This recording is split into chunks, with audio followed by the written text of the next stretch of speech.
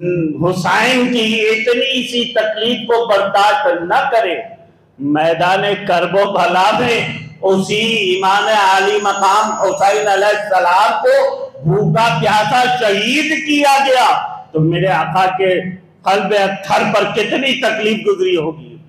हाज़रीन मोहतरम, अरे जिसकी दिलजोई के लिए खुद रब तबारक व तआला राजी हो, जरा ख्याल करते चलो कि अक्सर बच्चे खेल खेल में लिखते हैं, तो ऐसे ही हजरत हसनैन करीमैन नन्हे से शहजादे हैं, पहली मर्तबे अपनी तख्तियों पर कुछ लिखा और अपनी वालिदाए माजिदा बीबी मालकनी फातिमा तो ज़हरा सलामुन अलैहा की बारगाह में हाजिर आए, अर्ज करने लगे कि अम्मी जान, हमने पहली मर्तबे अपनी तख्ती पर के तहरीर किया है, अब आप मुलाहदा फरमाएं और फैसला कीजिए कि हम दोनों में किसकी तहरीर अच्छी है।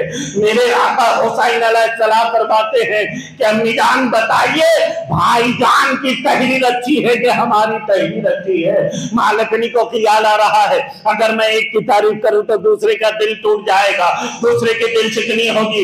मालकनी ने फरमाया, मेरे नन्हे शहजादो, तुम चले जाओ अपने बाबा जान की बारगाह में, वो बाबुल इल्म है, वो इल्म का दरवाजा है, वही फैसला करेंगे कि किसकी तहरीर अच्छी है। दोनों शहजादे मौला अली अलैहिस्सलाम की बारगाह में हाजिर आए, अर्ज करने लगे कि बाबा जान, हमने पहली मर्तबे कुछ तहरीर किया है, ना अम्मी जान ने फैसला किया है, अब आप फैसला कीजिए कि हम दोनों में किसकी तहरीर अच्छी है।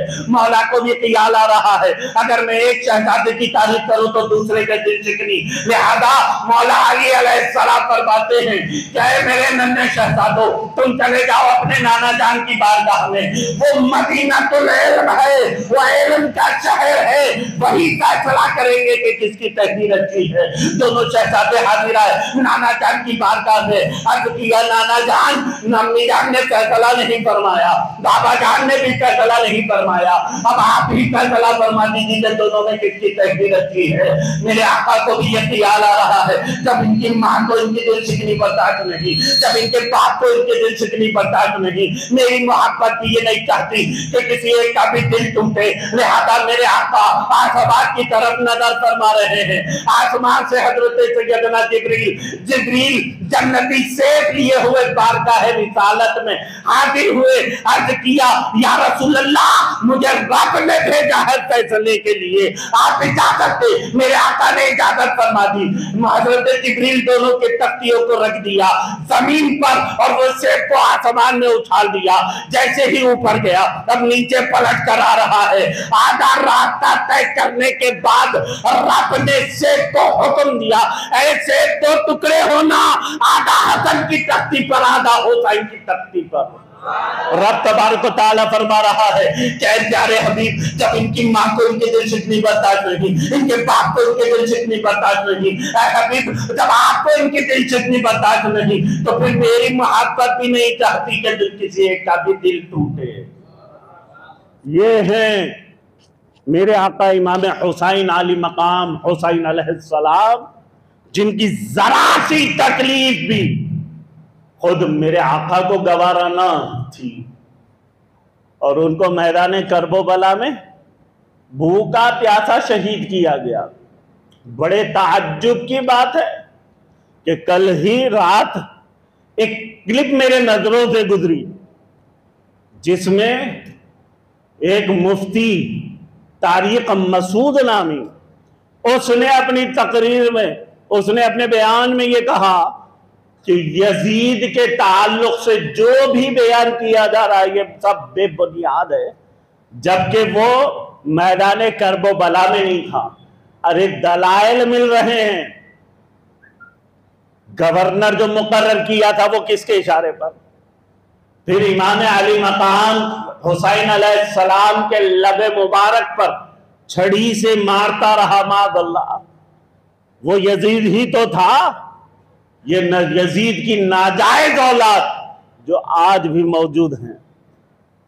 कहा जा रहा है भोले भाले मुसलमानों को गुमराह करने के लिए कि हदीस पाक में है कि जो कुस्तुनतुनिया पर हमला करेगा वो जन्नती होगा, वो जन्नती, वो काफिला जन्नती होगा। यजीद कुस्तुनतुनिया पर हमला किया था, लिहाजा वो जन्नती है। मेरे दोस्तों और बुजुर्गों, ये गुमराही की तरफ ले जा रहे हैं।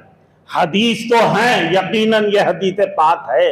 मेरे आका ने फरमाया कि जो कुस्तुनतुनिया पर पहला हमला करेगा वो जन्नती होगा। लेकिन ये हदीस को काट कर पेश कर रहे हैं। कहा कि जो कुस्तुनतुनिया पर हमला करेगा, कुस्तुनतुनिया पर, वो फिरका, वो काफिला जन्नती होगा। अरे मेरे दोस्तों, हदीस तो ये है कि जो कुस्तुनतुनिया पर पहला हमला करेगा वो काफिला जन्नती होगा। और यजीद जिस काफिले में था वो 17वें नंबर पर है, 17वें नंबर पर, जिसका कोई दूसरे का नहीं, तीसरे का नहीं, पहले का जिक्र आया है हदीस में। जो पहला काफिला हमला करेगा ये यजीद के इतने फेवर में है कि आज यजीद को रदी अल्लाह कहने पर तुले हुए हैं, रहमतुल्लाह कह रहे हैं। मेरे दोस्तों और बुजुर्गों, जरा आप ख्याल करते चलो कि इमाम आली मकाम हुसैन अलैहिस्सलाम कैसे कैसे कुर्बानियां दी इस दीन को बचाने के लिए, नाना की उम्मत को बचाने के लिए। और आज उसी उम्मत के बचाए हुए कुछ लोग यजीद की हिमायत कर रहे हैं। मेरे दोस्तों और बुजुर्गों, इमाम आली मकाम हुसैन अलैहिस्सलाम जो अपने नन्हे शहजादे अली असगर को इस दीन को बचाने के लिए कुर्बान कर दिया, अब्बास अलम बरदार के बाजू कर गए, इमाम कासिम का शबाब उजड़ गया, गोदी में अली असगर एक साथ ना ले सके, और फिर तड़पती हुई लाशों को मेरे आका इमाम हुसैन अली मकाम ने एक एक करके उठाया। और फिर आखिर में खुद इमाम अली मकाम हुसैन अलैहिस्सलाम मैदाने करबला में 3 रोज के भूखे प्यासे अपना सूखा हुआ गला भी कटवा दिया इस दीन को बचाने के लिए। और आज कहा जा रहा है कि क्या जरूरत थी इमाम हुसैन अलैहिस्सलाम को भूखे प्यासे रहने की। नहर फुर्रात के करीब थे, चाहते तो खोद कर पानी पी सकते। याद रखो दोस्तों, वो नवासाए रसूल हैं। इमाम आली मकाम हुसैन अलैहिस्सलाम नवासाए रसूल है। उनकी आल की बारगाह में चले जाओ, अजमेर शरीफ, हुजूर ख्वाजा मोइनुद्दीन चिश्ती अजमेरी रज़ी अल्लाह ताला अन्हु।